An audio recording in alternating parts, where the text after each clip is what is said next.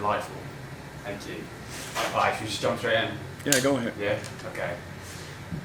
Okay, firstly, can you tell me about your previous career and how you think it may have predisposed you to come into the ayahuasca field, or maybe it didn't at all?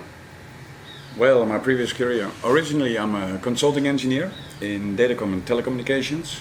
I ended my career specialized in integrity, security of networks, and I was working at a top level, which means my customers were mostly banks, insurance companies, governments, military, NATO, police, Justice Department, and also some intelligence agencies.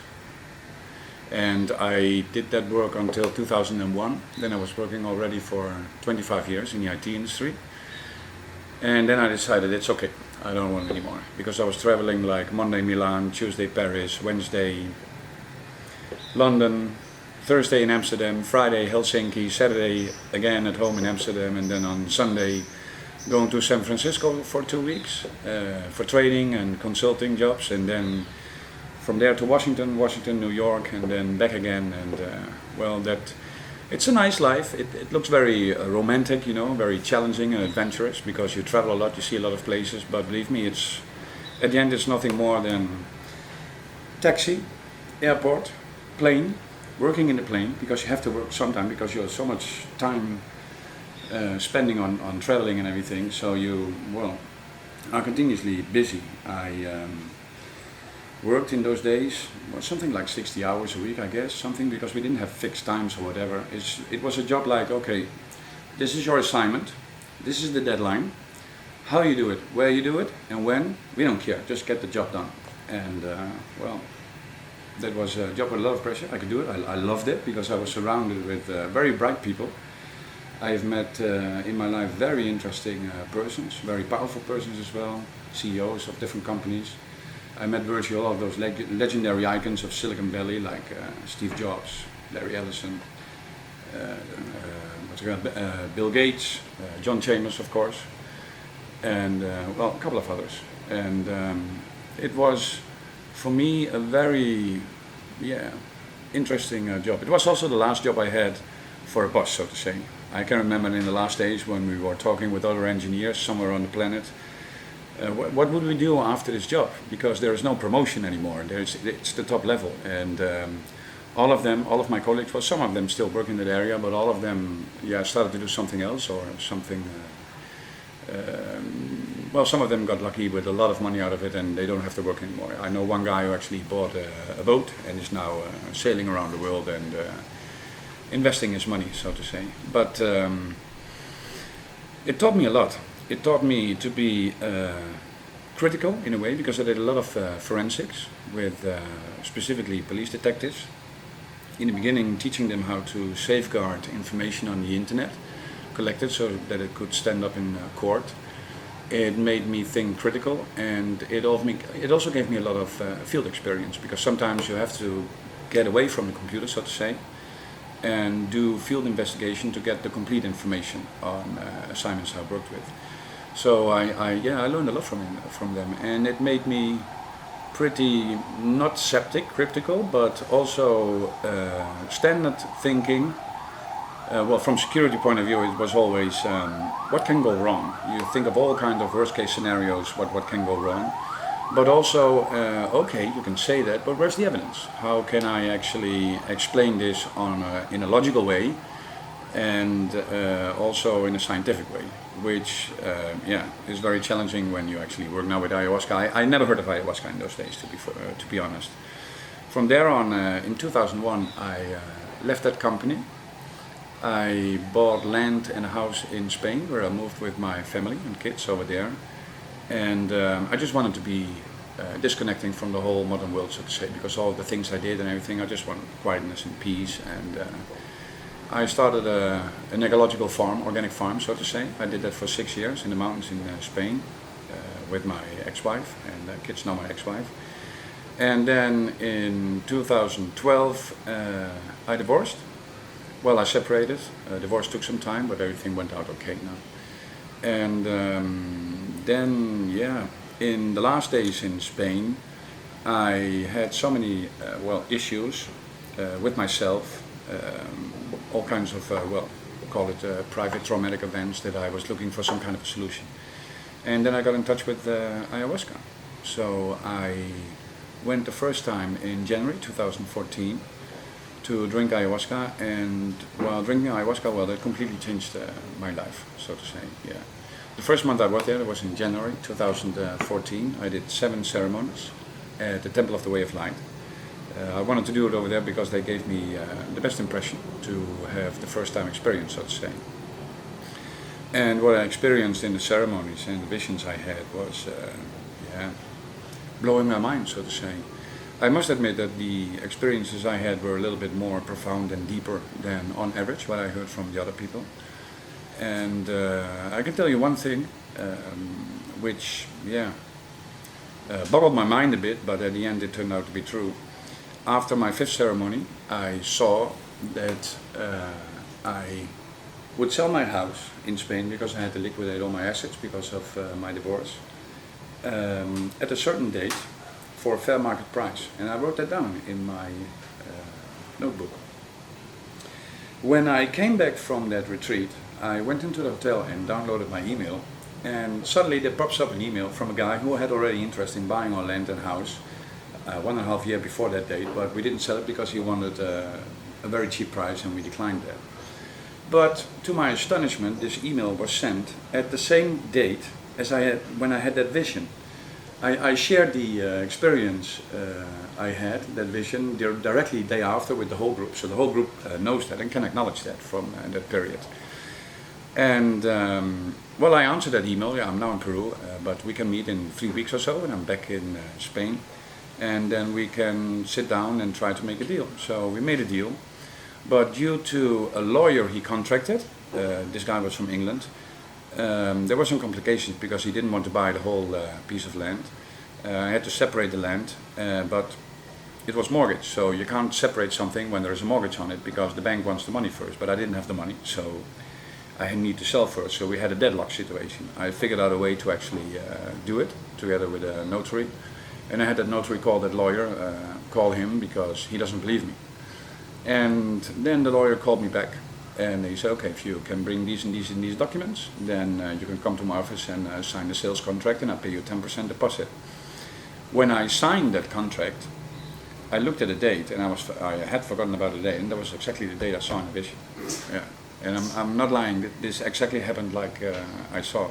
So I can imagine it sounds like an unbelievable story, but that's actually what happened. Everyone's got them, haven't they? It seems like everyone's got them. So going back to when you were saying you're very scientific, critically evaluating, that leads into my next question, which is what has it been like transitioning from a very logical and scientific field to such an emotional and spiritual one? And maybe recount that process that you've been through again in becoming aware of these mystical phenomena and trying to rationalize it with the brain that you had in your last job, you know? Very challenging and very exciting, because through my work I got in touch with some truths which made me change my way of thinking.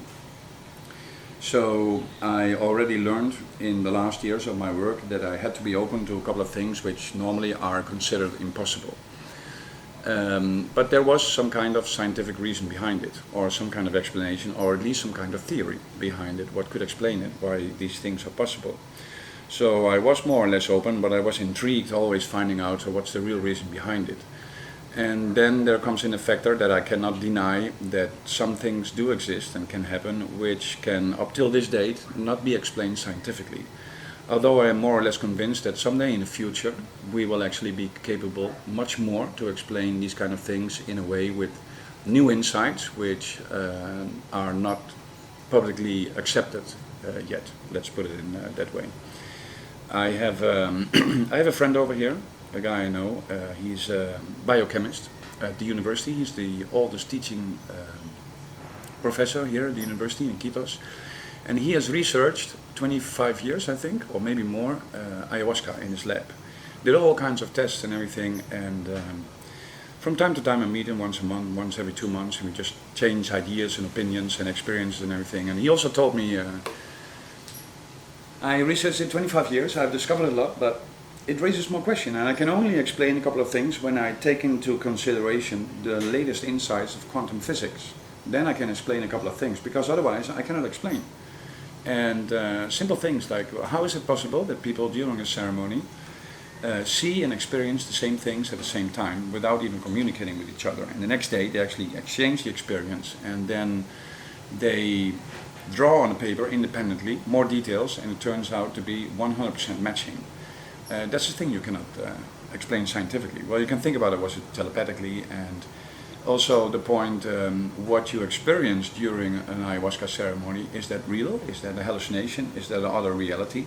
Is that metaphoric? Is that, you name it? I think it's actually all of them.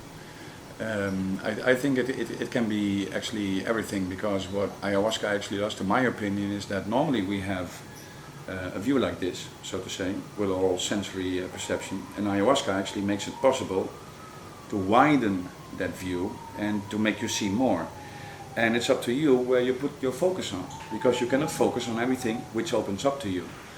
And then you can have experiences and see things which sometimes, I admit, are completely metaphorical. Sometimes, let me give you an example. What happened to me, and what also happened to other people, is that you go back to certain traumatic events in your life, and you re-experience those traumatic events.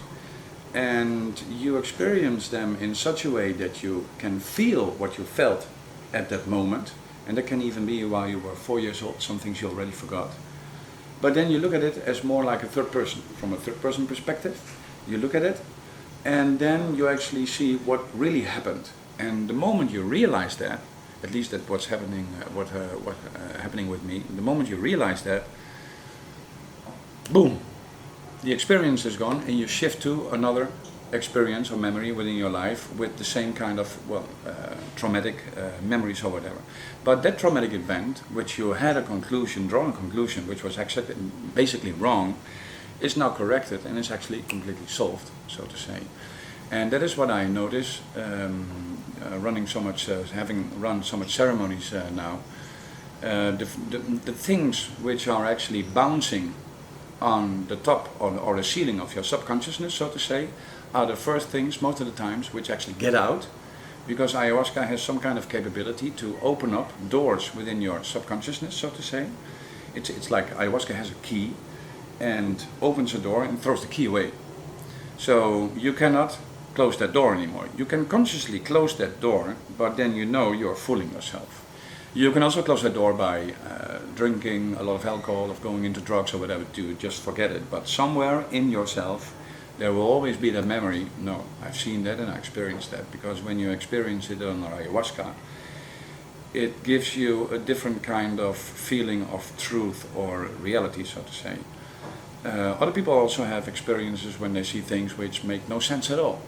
Completely no sense, like seeing some kind of weird animals and all kinds of colors, and they play with you and they talk with you and they have no meaning or whatever.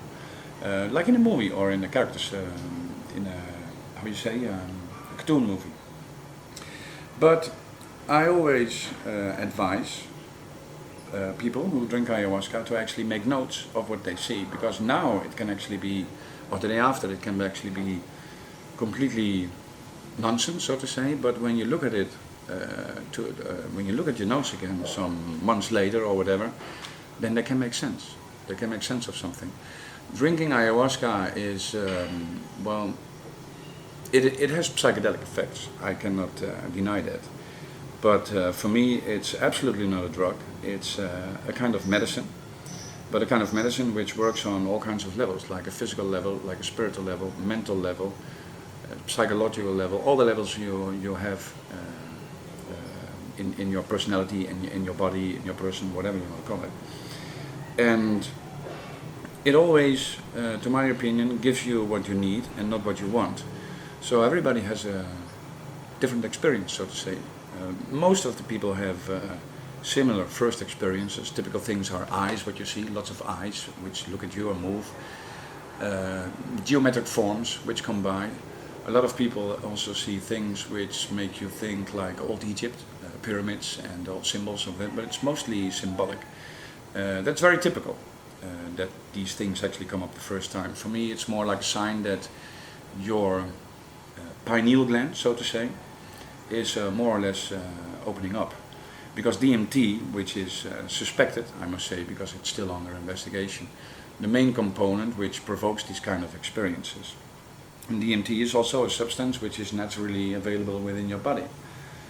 And I had experiences from people drinking ayahuasca who already started vomiting within 2-3 minutes and had enormous, profound experiences, which normally would only be possible when you drink a lot of ayahuasca. But it made me think, so how is it possible when people vomit the ayahuasca already out within a couple of minutes? Is it possible that the body actually can absorb the correct amount of DMT to actually provoke these kind of experiences, which makes me go to a hypothesis that if it is possible that 1 or 2 DMT, foreign DMT molecules in your body actually trigger a chain reaction where your brain, your pineal gland, which is more or less suspected to produce this DMT, is triggered to produce their own DMT. Because there are mainly, scientifically more or less agreed, events when the body actually releases DMT or flushes the body with DMT naturally. The first one is at week number 7, at the end of the day of 7 weeks, day 49 as a fetus. And from that moment on, you can determine if a fetus is a boy or a girl. And also when you die, there is also an enormous flush of DMT within your body. And those things has been measured. I won't say it happened always exactly at the 49th day, but the common consensus is that it happened on the 49th day. Now the theory behind it is that the first flush, when the 49 days, when the soul enters the body, so to say, and when you die, the second time of natural flushing of DMT, is when the soul actually leaves the body. But again, that's all theory. But if we look at facts and whatever, it points into that direction, so to say. So it kind of makes you think, what is that DMT? The pineal gland, the symbol, the pineapple, you can find in many places around the world. And it's actually a symbolization of that pineal gland.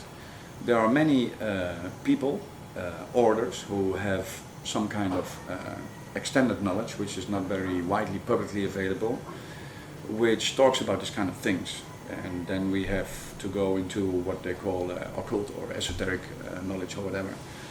And it is also, I can't remember which one it was. Was it Socrates or was it Descartes or whatever? Made a statement that the pineal gland is the seat of the soul in your body.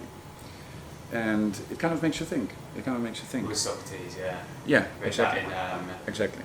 Rick Strassman's, wasn't it? Rick Strassman's Yeah, book, exactly. Fascinating stuff. So what are the common challenges that your customers face when on medicine? It's very different because everybody responds differently.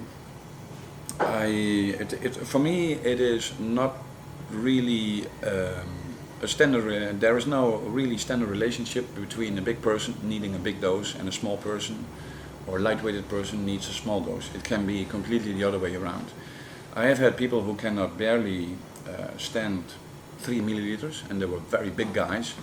And I had very small, light-weighted women, like 45 kilos or whatever, who need to drink a full cup to actually feel some effects. But also, the next time in a ceremony, the effects can be completely different. I can have a group of 4 people, for instance, who have the same diet, they eat the same things, they have the same kind of preparation, they drink the same kind of amount of medicine, and 3 of them have psychedelic or visions, and 1 of them has only physical experiences. And the next ceremony, it's 2 and 2. And the other ceremony, it's 3 of them has only physical experiences, and 1 has only visions, so to say. It's not specifically guaranteed that the first time you drink ayahuasca, you have visions. You can provoke that more or less in a way by using an ayahuasca which is high in the content of DMT, so to say. But also by scientific by scientific research of Jordi, I forgot his last name, a guy from Barcelona in Spain.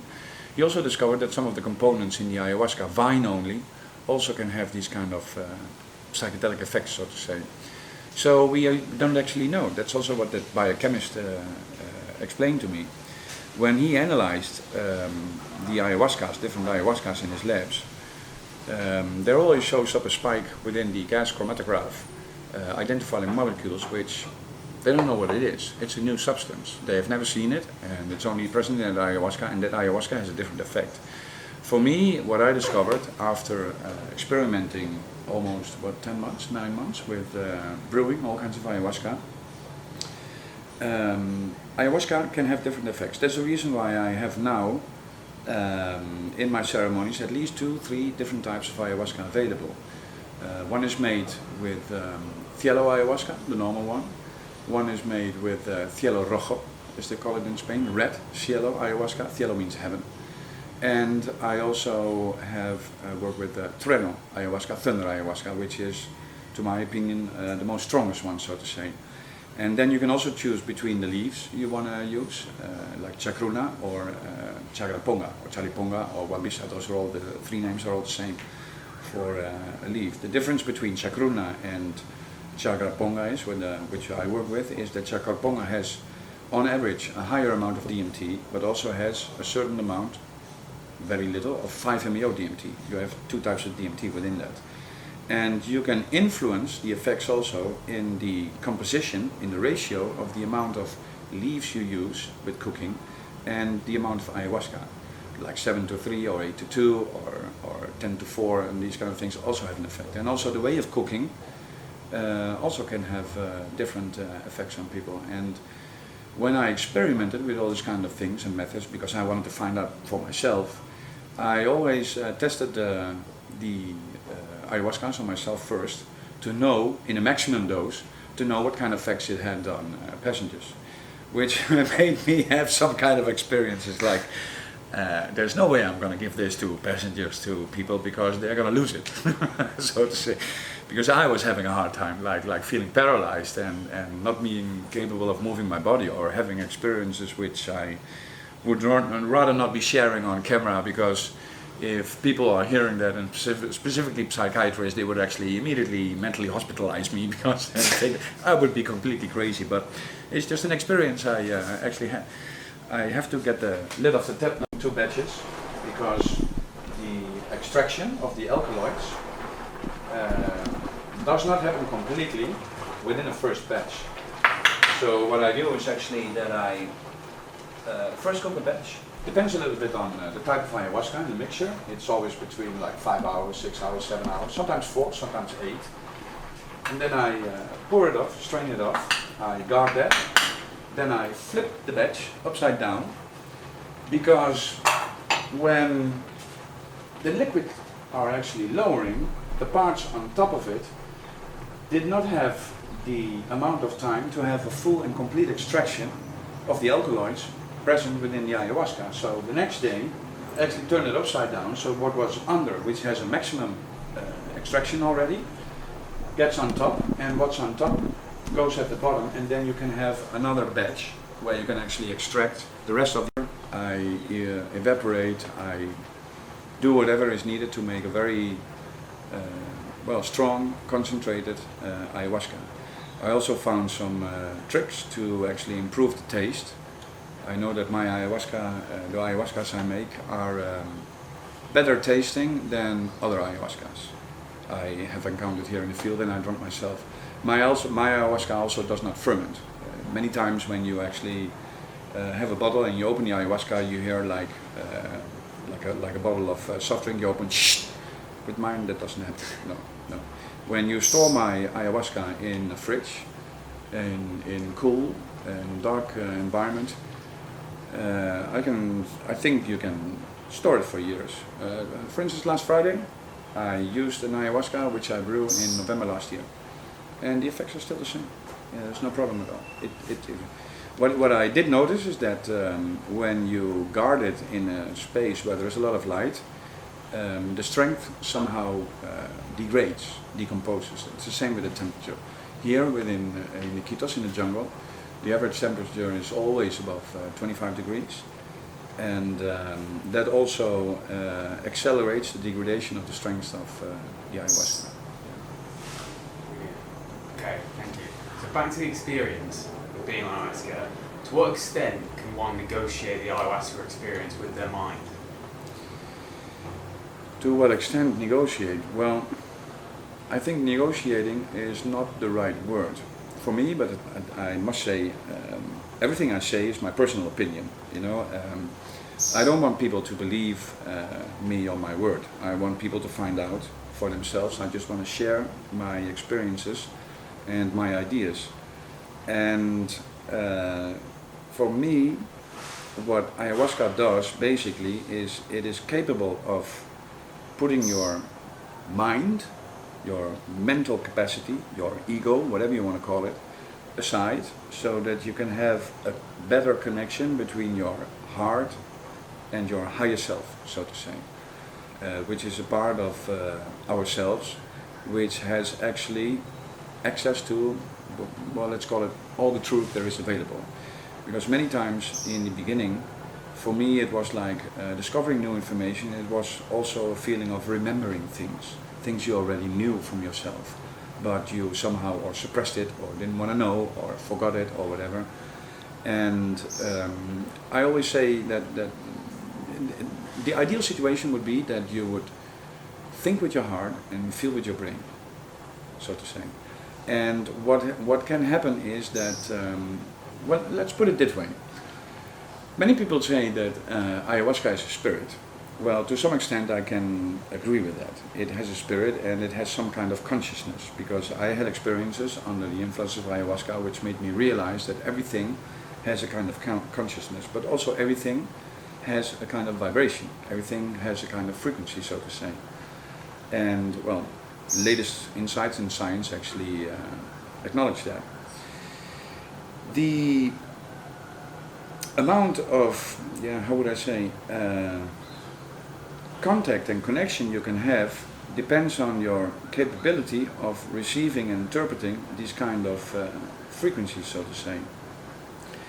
And then you can have experiences which can actually have an impact in your way that you think that what you see is true. Let's say that, okay, I've met Mother Ayahuasca, like many people say.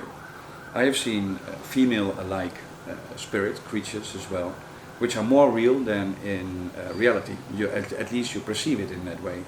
And it communicates with you. It gives you a warm feeling, a feeling of love, a feeling that it's good, and you feel comfortable and trusted. And then you communicate with that being, let's call it a being.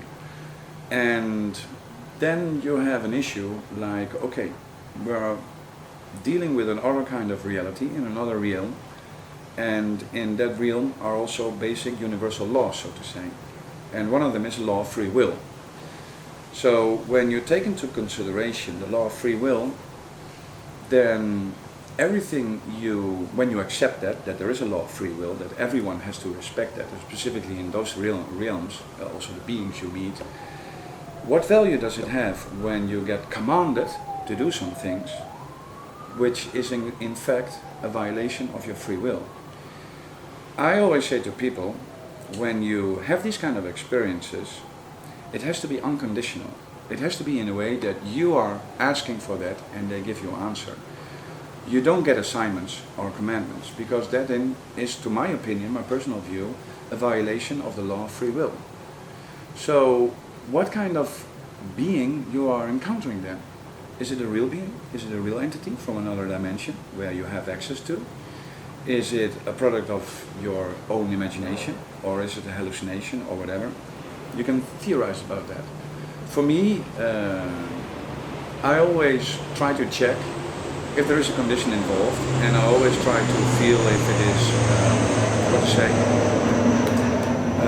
on an equal basis, that there is no telling me things like, you have to do that, if not, you're going to be in problems. Because if that happens, I decline. I don't want to do anything without it. I don't want to have to do anything without, so to say. So it is more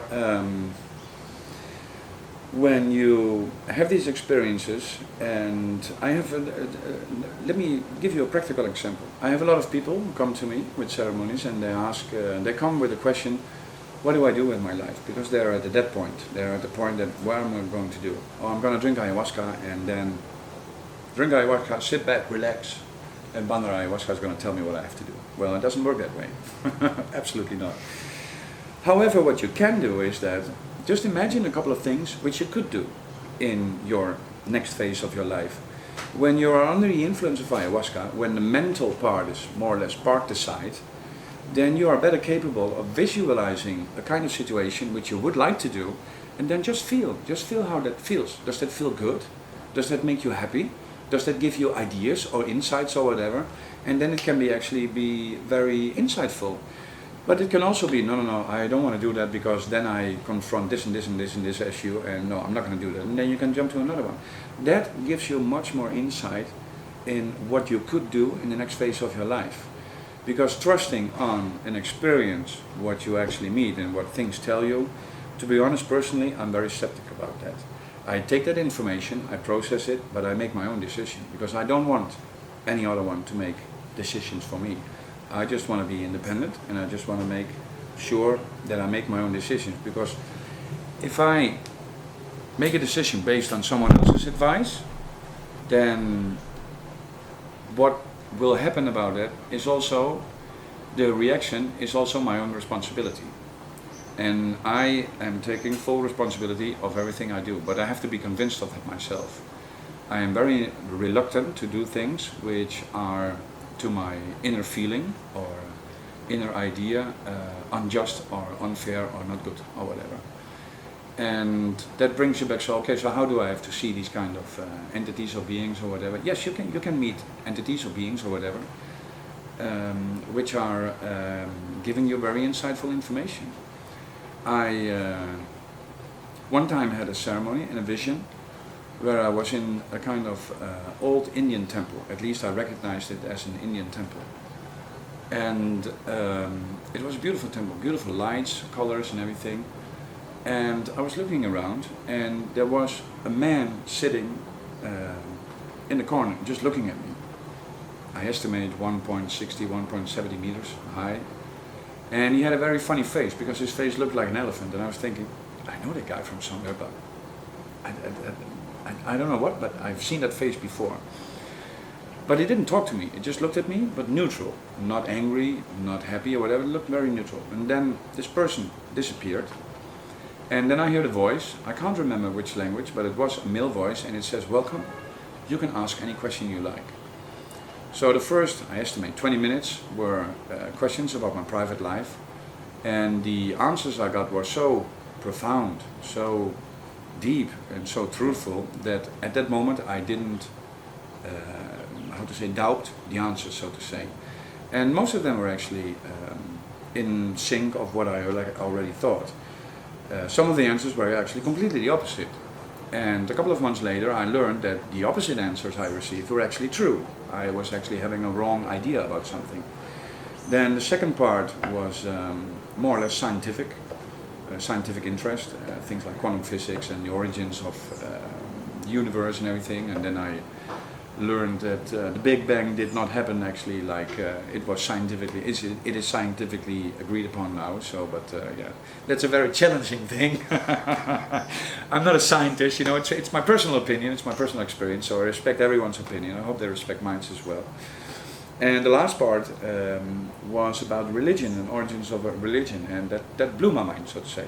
That completely, like, wow, if that would be true. It made a lot of sense to me. It made a lot of sense to me in a way that all religions, the basic religions we have on earth, have a certain kind of truth in it. And I am convinced that some of those deities of religions actually existed in one point in time and walked here on the earth. That's my personal opinion. And they had these superpowers, so to say.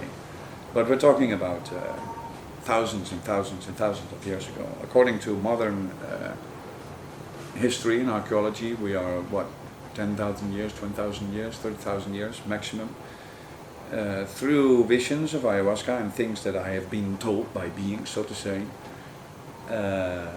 made me open to the idea that we as humankind already exist for hundreds of thousands of years, that there were civilizations here on Earth possessing knowledge and technology, sometimes far more advanced than we are now existing, but due to catastrophes they actually disappeared and got destroyed, and society builds itself again. And well, there's a lot of theory and a lot of books you can read on the internet about, a lot of articles, and some of them I agree with, some of them for me are completely bullshit. But I respect everyone's opinion. But it gets very challenging and very exciting when you have had an experience with ayahuasca, where you receive some kind of information which you have never heard or never seen, never read, and then suddenly you stumble upon an article on the internet which treats about a very old text discovered, like 1,000 of years old, talking exactly in details about those kind of things you have received within an ayahuasca ceremony, or within an ayahuasca vision, I would say. And that actually boggles your mind, because how is that possible? Where do I tap into? Where does that information come from? Is that information which is already stored within myself? Is that information which is somehow acceptable and accessible through myself? Does that have to do something with your DNA, or do we all have some kind of connection with some kind of what I think it was Rupert Sheldrake who calls it the morphogenetic field, which connects everything, and where all the history is available, like the Akasha records or whatever. It is still a point of a point of discussion within myself, because, as I said, I'm coming from a forensic world, IT world, although all my life I was already open for other kinds of things, but we're talking zeros and ones in IT, and okay, prove it, where's the evidence? But I'm now at the point that, okay, I have to accept that these kind of things exist, because I cannot explain them scientifically, but I have seen it repeatedly over, which you cannot explain with current science. So I have to accept that there are some things that maybe one day we will understand, but it is a mystical world, and it's a challenging world. And I also want to make a remark about that, because when you read on the internet about ayahuasca and the experiences and everything, you mostly read positive stories. Most of the time, people have a very positive experience. But you can also have negative experiences. Negative experiences in a way that you experience a lot of fear, or in other words, what other people would say, you have a bad trip, so to say. And sometimes people get worse after ayahuasca, so to say. You can think about the reason about that, then you can take into consideration brain chemistry of people, because it is already proven that DMT, the suspected main substance is why you have these experiences, somehow alters and influences the chain of melatonin, serotonin, dopamines, and dimethyltryptamines and tryptamines. So it actually influences that chain. Now, when you have a person which is, let's say, not having a normal brain chemistry, so to say, like on average, but some kind of altered brain chemistry, which is the case by truly schizophrenic people, not to be confused with multiple personality disorder, but truly schizophrenic people. They have an altered brain chemistry, and it is not advised for these people to drink ayahuasca, because it can actually be unpredictable how these people respond. I have heard good responses or good stories about it, but I also have heard stories about that it completely worsens the situation, so to say. Ayahuasca is not a magic bullet. It's not a magic bullet. For some people, ayahuasca is something they should not do, so to say. It's not for them. How to figure that out up front? It's very difficult. For me, the final decision, if I let people participate in my ceremonies, I take myself, because it's my medicine which I make. It's my medicine which gets served, and at the end, if something goes wrong, I am responsible for that. And I don't care what anyone else says at that moment. When I have a person just before ceremony where I think some kind of intuitive feeling or some kind of logical way of thinking, no, this is a danger, this is a risk, I deny them access. I give them back their money, I apologize and say, I'm sorry, I cannot have you enter because of safety of other passengers or safety of yourself. And I must admit that unfortunately there are still places over here where you can drink ayahuasca where they don't do proper checking.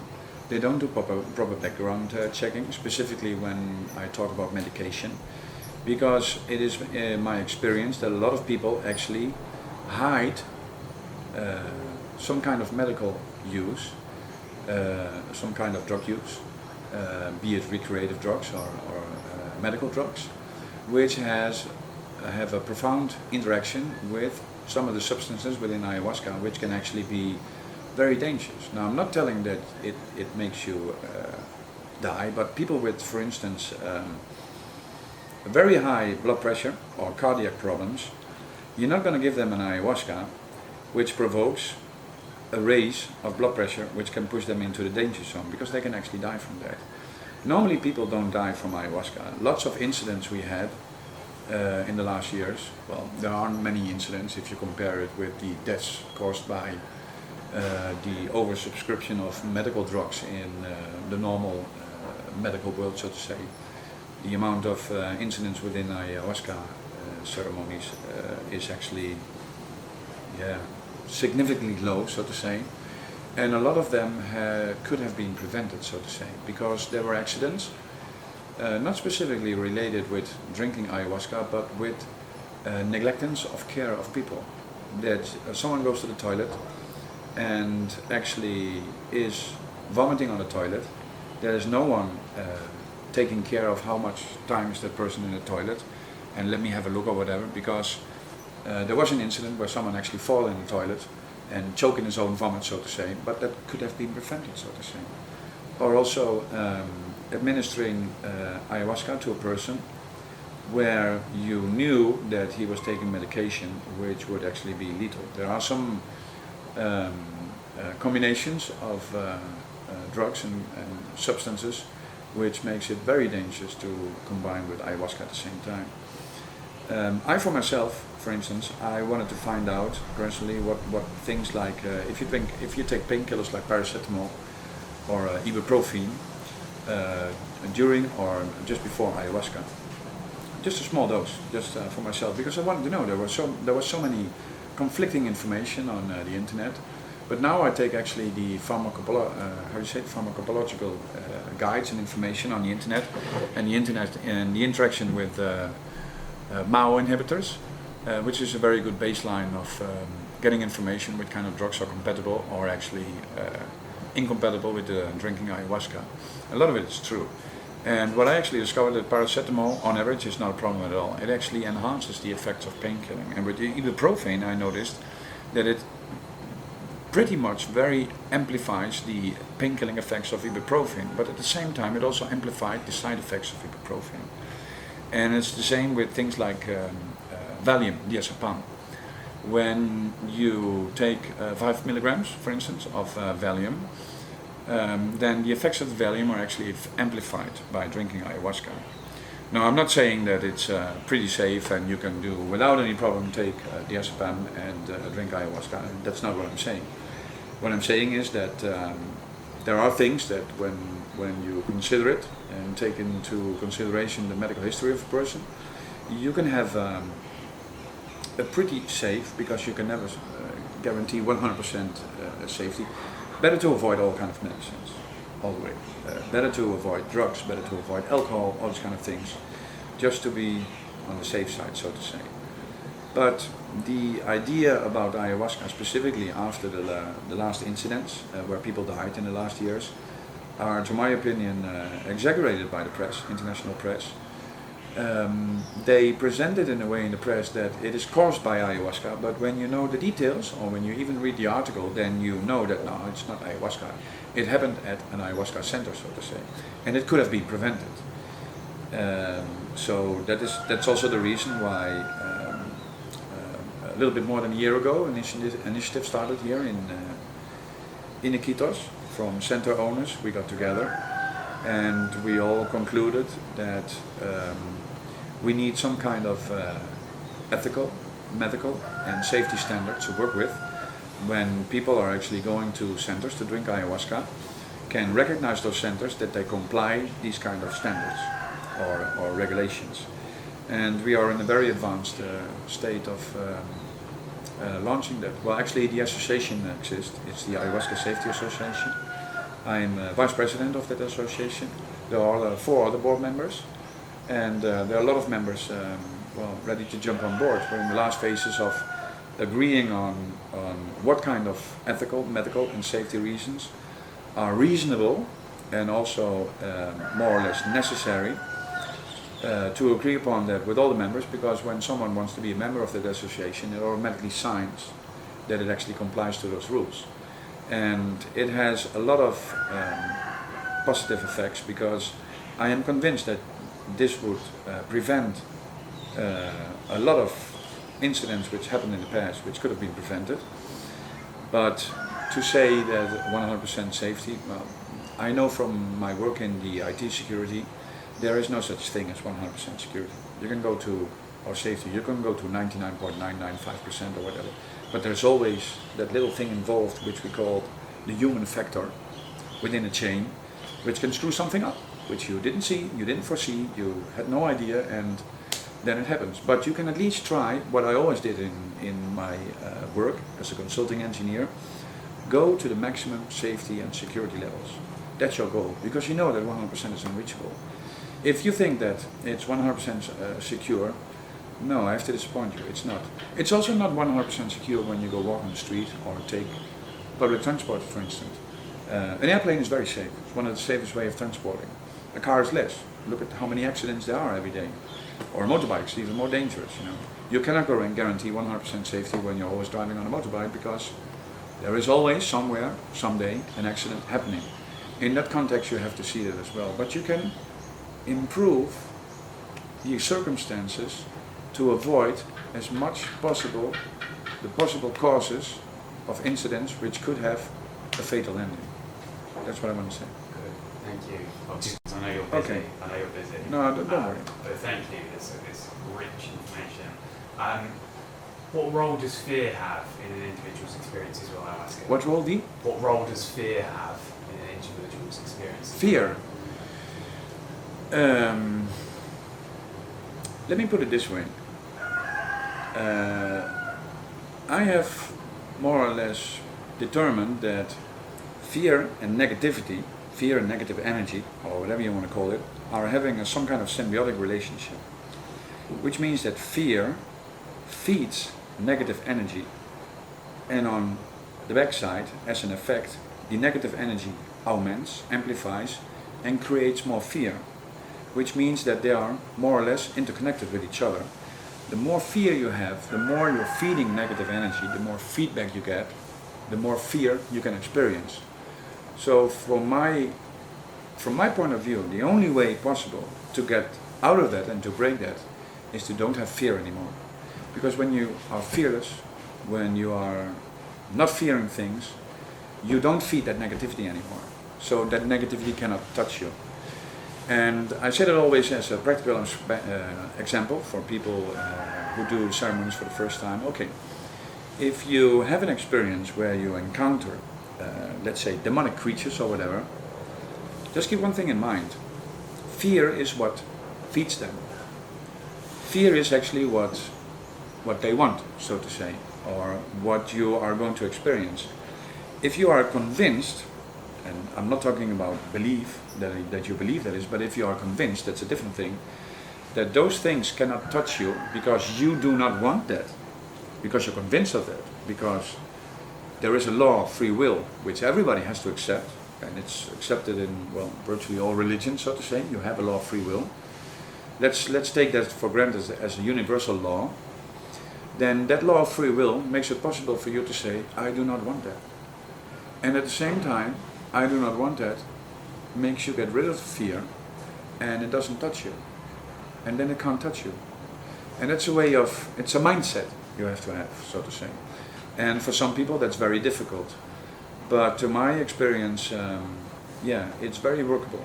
And sometimes you can also say to people, well, if you encounter these kind of things, just blow, just make it go away, or something which, to their belief systems or whatever, just gets a distance of those fears. Sometimes you have to go through those fears. Sometimes you have to go through those fears, and because when you are resisting the effects of ayahuasca, so to say, and it happens a lot with people who we call control freaks, who want to have control of everything, they have the most difficult time when drinking ayahuasca, because they want to keep control of things. And ayahuasca actually goes to a point where you actually have no other choice than to give in and surrender, because it's very challenging, and those people are having a very hard time trying to keep control. But when you let go, because you're not going to die from ayahuasca, at least not from my ayahuasca, you're not going to die. I make me go on ayahuasca, I know where it's made of, and you're not going to die from that, unless you take and hide some drug medical use or whatever, which you don't tell me and which I have no way to know about. But you're not going to die from ayahuasca. But when you surrender, then you notice that, oh, okay, and then comes the experience, and then you have some kind of like a death, but it's not a real death, it's more like a spiritual death or whatever, and then you are actually having the rebirth experiences. And people who have overcome that fear and let go of control and at the end give in, surrender, have the most profound experiences, which actually turn out to be life-changing experiences. Wow. Okay, so you were talking about people, control freaks, and people like suffering from that kind of a need to control stuff. Yes. So what is that included? What are the common psychological and spiritual problems your Western customers suffer? I get a lot of people who are very depressed. I get a lot of people who are at the point of a turning point in their life, that they are not happy anymore with the situation they are in. I also have people who just come for the experience, so to say. They just are curious what it is, and they do 1 or 2 ceremonies. I have people with addictions, drug addictions. Heroin addiction, I know that from my point of view, ayahuasca is not the way of treating them. Marijuana addiction, cocaine addiction, alcohol addictions. Within more or less 3 weeks, like let's say 9 ceremonies, 10 times, 7 times, 8 times, something like that. But on average, it takes 3 weeks to break a habit, because we're talking about a habit. You can get that addiction away, so to say, with ayahuasca. I have a very high, and I think others as well, success rate with that. But it is very important that when those people, after 3 or 4 weeks, go back to their homes, they change something significant within their life. Because if they fall back in the same circumstances and environment, the temptation to fall back is very high. So I always say to those people, listen, either try to get another job, or change some friends, or get a hobby which you are excited upon, or either move to another place, or do something different which distracts you from your basic cause why you were using this drug or drinking alcohol or whatever. Because if not, it's going to be very difficult and very challenging actually to... Because it removes those cues, doesn't it? Because exactly. their environment's filled with cues exactly. to continue with the same habit. Exactly, yeah. exactly. And well, in the case of depression, it is a known fact that a big component, the majority of the working substances of ayahuasca are MAO inhibitors, monoamine oxidase inhibitors. And the first generation of antidepressants were also MAO inhibitors. You have different classes. It's a little bit complicated to go in that in detail. I think it's a little bit beyond scope of this interview. You can look for that on the internet. But I think that it's the MAO inhibitors principally who are the cause, which can actually get rid of depression, so to say. I have many people coming in like this, and I say to people, take a picture of yourself, take a picture of the face when you come in. And then after 3, 6, 9 ceremonies, depends a little bit, they go out like this. And then they take a picture again, and then they compare, and they say, yeah, you're right. I had people from different ages. They were depressed, and some of them were completely cured, so to say. With a fair deal of them, I still have contact from time to time, and well, they're still very graceful, thankful for their experiences, which is for me good feedback, because I'm not in this for the money, so to say, and I'm really honest about it. But I have to pay my costs as well, my bills and everything. It's I can't do this for free. The way I cook actually it makes very expensive ayahuasca. It turns around to a consumer price like $6 for one dose, so to say, only one dose of cost, so to say. And then I have to pay curanderos I work with, transport costs, taxes I pay because I declare everything. I declare it through my company. Colognes, mapacho, cleaning cost, you name it. There's a lot of things behind the scenes which people don't realize, and that makes the price of a ceremony. And then you also have to make a profit because you have to grow. I have to invest in these kind of things. I have to invest in getting the best quality of ayahuasca and to maintain quality, so to say. And all these things cost money, It's and I think it's a fair deal. And I meet people, a lot of people, well, not a lot of people, but here in Iquitos saying, ayahuasca is from Mother Nature, and it should be free for everyone, for at least for a donation basis. Yeah, okay, I agree to that. So you go out to the jungle, you're gonna harvest your own ayahuasca, you're gonna harvest your own leaves, then you get a cook, you get a pot, you cook it for yourself and you drink it. Well, you can do that, that's for free. Do that. But does that give you that ayahuasca? No, I can tell you already, it doesn't give you that ayahuasca. No. But you can do that. And you can have an experience with a guy who calls him a shaman. Let's be very clear, I don't want to call myself a shaman, curandero, ayahuasquero, nothing. I'm just Ronald. I work on my own way. I have my own way of working, and I take full responsibility of all the work I do. But it's my way, like Frank Sinatra sung, I did it my way. Well, that's how I work. But you can go for, I don't know, 80 soles to a guy who puts some feathers on his head and buys some ayahuasca from the streets, and God knows what's in it. And you have in the backyard of some kind of village over there, and you have a ceremony. And because you meet people on the streets here who sell handcraft and everything, and they said, I have an uncle who's a curandero, and he does ceremonies, very beautiful ceremonies, he can sing. And then you get over there, and you drink ayahuasca, and you have an experience. And they believe that, I'm not denying that true people exist, true people still exist, no doubt about that. But there is a high amount of people in this sector, so to say, who are not the real thing, so to say, who can sing nicely, but have no clue sometimes what they are doing. They don't sometimes even know what they're serving people because they are buying the ayahuasca from other people. I have heard about stories of ayahuasca mixed with marijuana, so to say. Now, if there is something very contradictory in effects, it is marijuana and ayahuasca. There's one exception I experienced myself, and those are Jamaicans. I had Jamaicans. I don't know, I think it's in their genes or something, but it doesn't matter if they smoke marijuana or not. Ayahuasca is still the same effect of them, with all people with Jamaican or Jamaican roots. I don't know why that is, but that's my experience. That's hilarious. Yeah, it is. It makes me mind boggle. Yeah. That's hilarious. But all white people in general, no. When you have people who are chronically smoking marijuana, they don't have visionary experiences. Well, let's say 4 out of 5 don't have visionary experiences. There are always exceptions to the rules.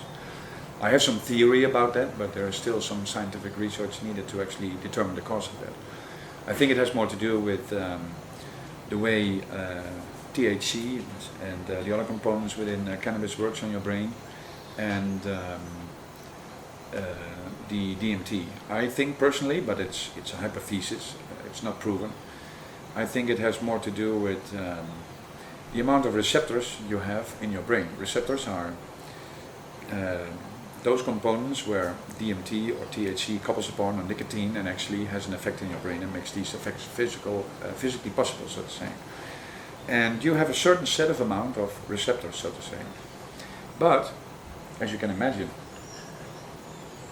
when you use a drug, your brain chemistry, your receptors can change, reprogrammed in a way that there are more receptors available for this kind of substances, for instance THC, on the costs of receptors which are actually coupling to DMT.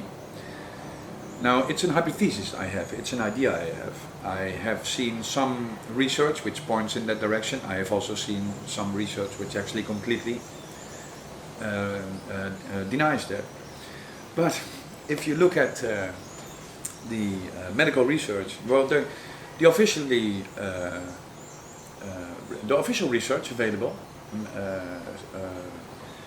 done by Jordi, the guy from the Barcelona University, you also see things in there. When you read those research reports, they make conclusions. Some of them are right, and some of them are actually contradictions. So they do one test and they do one research and they have an outcome, an hypothesis, and they do it again and they have a complete different outcome. And that is also what my biochemist friend says here. It makes a lot of difference if you have an ayahuasca on the left side of the river and the same strain from the right side of the river, and you cook ayahuasca, the effects are different. Why? Because the nutrients in the soil also influence the amount of alkaloids and what kind of alkaloids you have. So for me it's a very complex area with a lot of substances involved, which we currently at this date just do not know. We're just discovering that. We're just scratching the surface. What we do know, what we more or less all agree upon, is that it can have profound experiences. It can have profound healing effects. Gladly I can say that, well, if I have to give an estimation, almost all of the people who have participated in the ceremonies I organized and drank my ayahuasca left the ceremonies with some kind of improvement, with something they gained, or they felt better, or they had some insights, or whatever. I admit that I have also had people who had no effects of ayahuasca, nothing. And I just had a very typical experience. Two guys drinking for the first or second time, and they had the same ayahuasca, same dose. And they came in a house together. One is what he calls himself, I was tripping my balls off, man. I don't know where I was, but it was a tremendous experience. Thank you very much. And the other guy, nothing. No experience whatever. But the other guy cannot complain to me that, no, your ayahuasca doesn't work. Because he knows he drank the same thing as the other guy he came in with. They were no friends. They were just coincidentally coming into the house at the same moment, same ceremony, drinking the same amount of medicine. So why is that? Well, I don't know. For some people it just doesn't work. It's a very small amount, but for some people it has no effects. Can I pause you there? What? Can I pause you there? No. No. It's, that's why I cannot guarantee. What I can tell is that on average the people who are living a very healthy life, are very balanced, are doing sports, no drugs, limited alcohol, are balanced people, they most of the time after 10-20 minutes have a great experience, great, with lots of visions and colors and insights and everything. Do you think there are aspects of Western culture that condition people to suffer from the problems that you encounter in a lot of people? Oh, absolutely. A lot of it is caused by society and what people are experiencing as an obligation how to act within society, so to say. A lot of people leave after drinking ayahuasca, returning home with a more profound, how to say, insight and awareness. Because at the end, it is an expansion of your awareness, and you can call it an expansion of your consciousness. You're more conscious and you're more aware of things because you can look different at things. And let me give you an example. Let me give you an example. For instance, give me that. Yeah. Okay. Now we hold it up, and I ask you, what is it? Well, it's a lens cap. Yeah, I agree. We all agree about it's a lens cap. But you see this kind of side of the lens cap, and I say, no, it's a Canon lens cap. And we both are right. But in order to have a complete understanding what this lens cap is, we have to look at it from all sides, from all ways, inside and outside. then you know what it is. And that is what happens, what can happen when drink ayahuasca. You have an idea, you have a viewpoint of a certain thing, a certain opinion in society, or an established rule, or a way of thinking, or whatever. But when you drink ayahuasca, you have the capability of expanding that awareness and look at it from another point of view. And it makes you aware of things, which is an expanding of awareness. And that can make you think in another way, looking at another way, making it possible to solve problematic things in your life, but also making it possible to make great inventions, to take decisions which completely changes your life in a good way, so to say. And it is for that reason that I also had people who prefer to be anonymous because of their public status. It is not in their favor that the public knows that they have drunk ayahuasca. I had a couple of those famous people as well, and they didn't come actually for drinking ayahuasca to work with traumas or whatever. No, they drank ayahuasca to actually expand their creativity. And very smart people, very bright people. They drink ayahuasca, and I help them to facilitate in their wish, in their goal, what they're trying to reach. And I give them a specific type of ayahuasca, which I think would be the best for them to have these kind of experiences, to actually be expanding their creativity. And that always worked. It always worked for the people I actually have encountered. Yes, it's amazing. Yeah, it's not only for healing. You know, it's a medicine, but it's also something which expands your consciousness. And then I want to add something. When you are expanding your consciousness and your awareness, you are upgrading your spiritual level, so to say, or your mental level. But in order to sustain that level, your body, which is the bearer of that, also needs to be upgraded. That is, from my point of view, from my opinion, the reason why you can have a couple of ceremonies where you have lots of visions and insights and everything, and then you have a ceremony where you drink ayahuasca where you only have physical experiences, but no visions, no colors, no nothing at all. And then sometimes people complain about that, but I think no. There's always something happening, because it gives you what you need, not what you want. And afterwards, they agree with me. Not everybody, but they agree with me, because it needs to be on every level. It needs to work on every level, like I said in the beginning. And that is actually the proper way to work with ayahuasca. It can be used in many ways. It can also be used in bad ways, so to say. When you take into consideration definitions like white magic and heal, you can also use ayahuasca to do what they call black magic and destroy. That's also possible. A lot of people don't talk about it, but it's with everything. It's how you use it. You know, it's like you have a kitchen knife and you can do good things with it. You can cut your meat or cut your vegetables in your kitchen, but you can also kill someone with it. It's a tool. It's a tool, and ayahuasca, to my opinion, is also a tool, but it's a very specific tool, and it's a very powerful tool. And you can do amazing things with ayahuasca. But as I said in the beginning, it's not a magic bullet. For some people, it's better not to touch it. I'll be quite honest and frank about that. So what do you think they may be lacking from the Western worldview, and what can ayahuasca offer to improve it? What would be lacking from a Western view? Yeah, do you think, from your experience with working with the medicine, do you think there's something lacking with the general Western worldview? And do you think ayahuasca can offer help to kind of improve it and mature it? Awareness. Being capable of viewing things from another viewpoint, which gives a more complete picture.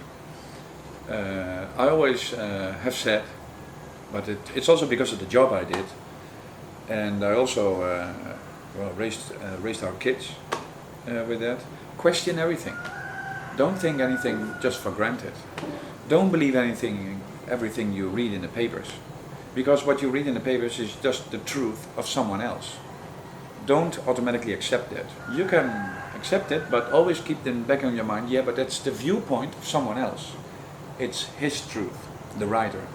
It only becomes your truth when you have experienced that in some way or analyzed it for yourself and draw the same conclusion. But you can only do that when you are looking at it from all sides. Then you have a complete picture.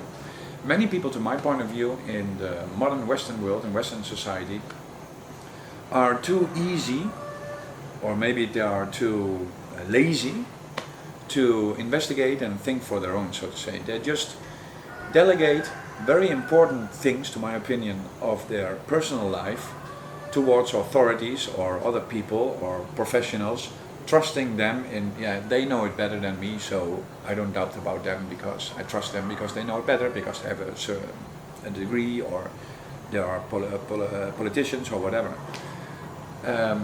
Don't take everything for granted. Of course there are true things, you know, I'm not telling that everything is a lie or whatever, absolutely not. But sometimes you read things in a newspaper and you know it is not true, or you know that there is something missing, so to say. So that's why that would be the most important thing for me to say. What is lacking in the Western world is a form of criticism, which is only good, you know. Question everything. Is it really true? Because what you actually want to know is the truth, right? So go investigate yourself. Do not automatically, how to say what? I forgot the word. No. Automatically assume things that they are true. Because as one very good friend of mine sometimes said, assumption is the mother of all fuck-ups. Don't assume things. You have to be sure. Go investigate yourself. That's what I would like to give as a message to the Western world.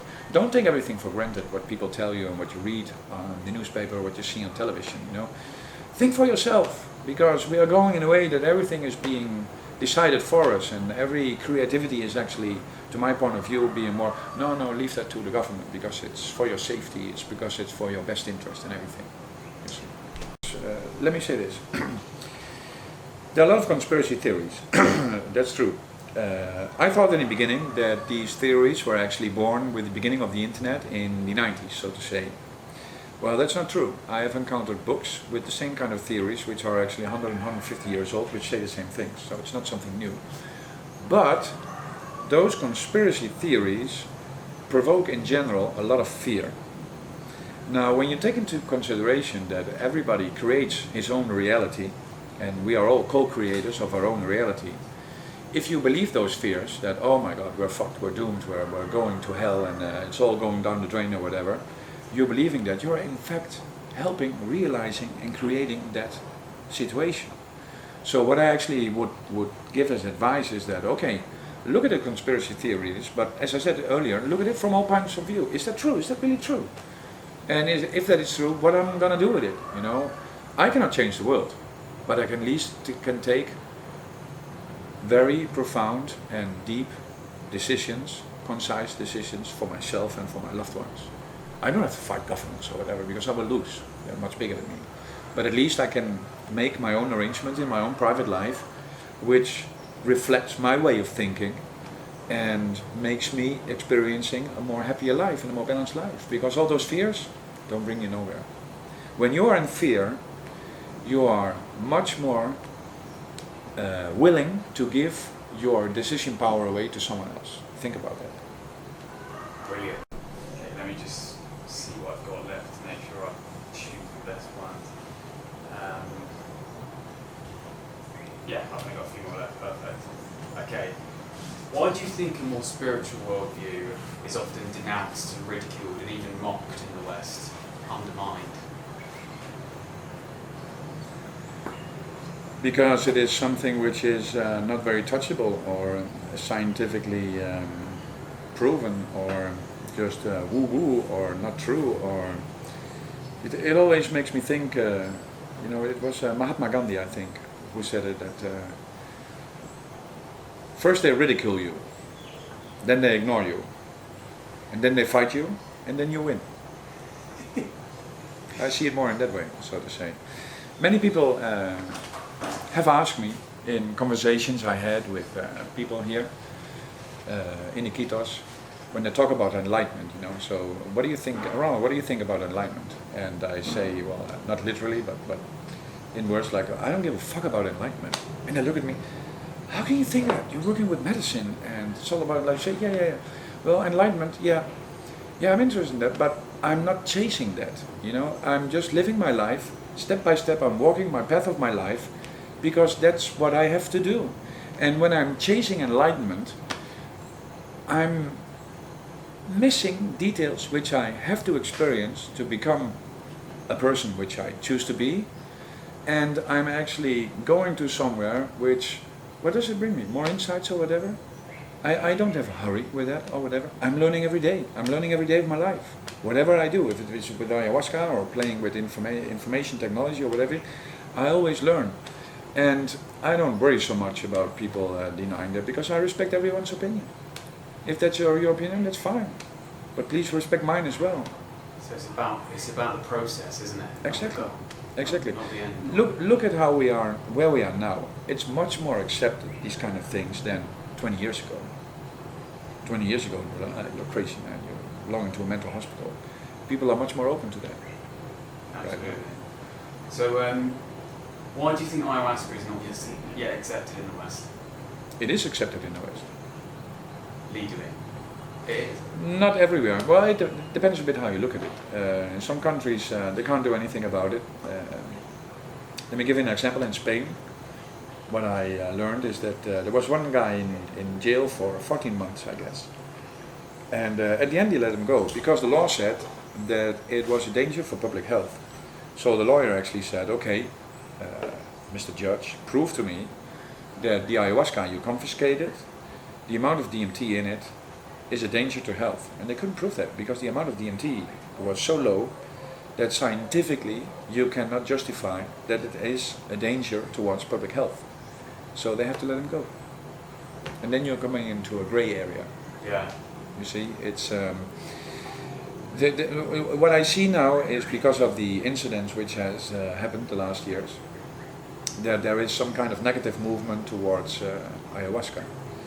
That it is dangerous and that you can die from it, and the emphasis is on that, so to say. But the amount of people talking positively about ayahuasca completely outnumbers the people who have the real experience with ayahuasca, you know, who are negative about it. So I don't know which way it goes. It's time, but I also think that yeah, well, think about it, what I just said before. Ayahuasca has the capability to actually expand your awareness and make you more aware of things.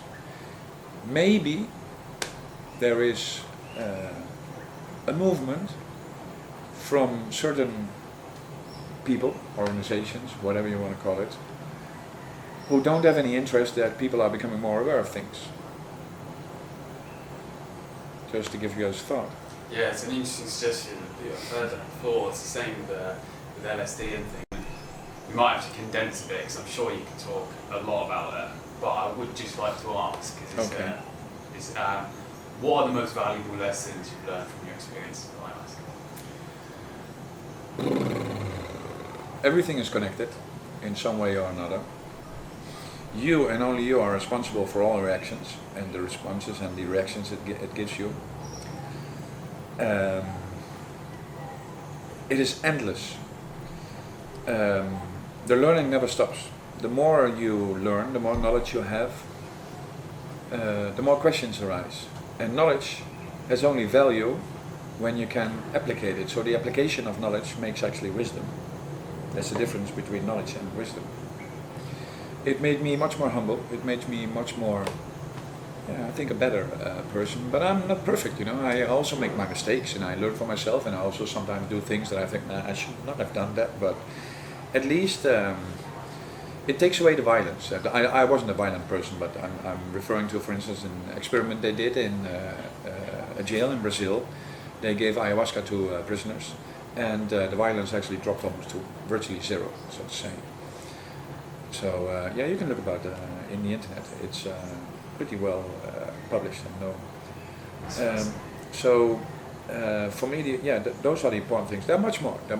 But it made me aware of things, and it made me capable of having a much broader view of certain subjects, ideas, persons, personalities, personal relationships, how you deal with people, how to see the ego. I always must laugh a bit when people say that.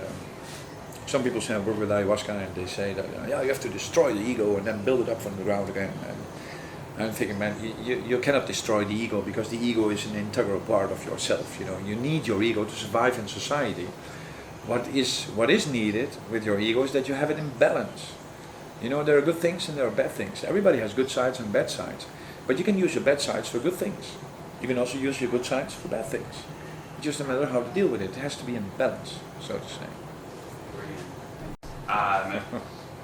You're not. Sorry. No. Just go ahead. Go ahead. I mean, you've had a lot of experience yourself with ayahuasca, but you've had several years now working with all different types of people. So, what has your work in ayahuasca ceremonies in general taught you about people? Everything is possible. Nothing is impossible, but it's only possible when people self do want to cooperate or collaborate or do want to heal. Because if those people don't want, in some way or another, you're not going to achieve anything. You need to be open and work towards healing, so to say. Let me give you an example.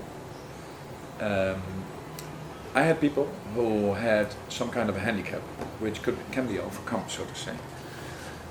Let's say that persons who can walk and can have a normal life where they're capable of walking normally, but it takes a lot of physiotherapy, a lot of practice and everything. But they're in a wheelchair, and being in a wheelchair gives them a couple of advantages, so to say. People treat them differently. They always get on board in the plane at first, and they are helped a lot in the stores or whatever, and being treated specially. Now someone can get used to that kind of special treatment, so to say. And then you have a situation, okay, I want to cure myself. But that means that I have to leave that comfort zone. Because, as someone said one time, life starts outside of your comfort zone. That's where real life is. When you're in your comfort zone, you're just in an area where there is no progress. You're feeling fine or whatever, but you're not really progressing or whatever. It's fine, it's okay to do that. But when you want to experience life, well, then you have to go to somewhere else where you don't know, just to have that experience. And that is a little bit what I see with people. If you somehow do not want to cooperate or do not want to heal, if there is something, no, I don't want it or whatever, it's useless. You cannot help people when they do not want to get helped. Which means that, in principle, and I had to learn that myself as well, by sharing my insights and my intuition to people who came to ceremonies. I made the mistake a couple of times that I said a couple of things intuitively, what I felt intuitively to this person, and they were offended. And I was actually a little bit ashamed, because that person told me, you should have asked me permission to tell me that, because maybe I'm not interested in that opinion of you at all. And I was thinking, at first I had a kind of arrogant reaction, like, who are you? But then I think, no, you're right. You're absolutely right. I should have asked you permission to share with me your insight. And from that point of view, I give that example, it has to be. If you want to help someone, you can offer your help, but you cannot push your help, because it doesn't work. The person in question actually needs to give you or grant you the permission to help. If you do not get that permission, it's not going to work.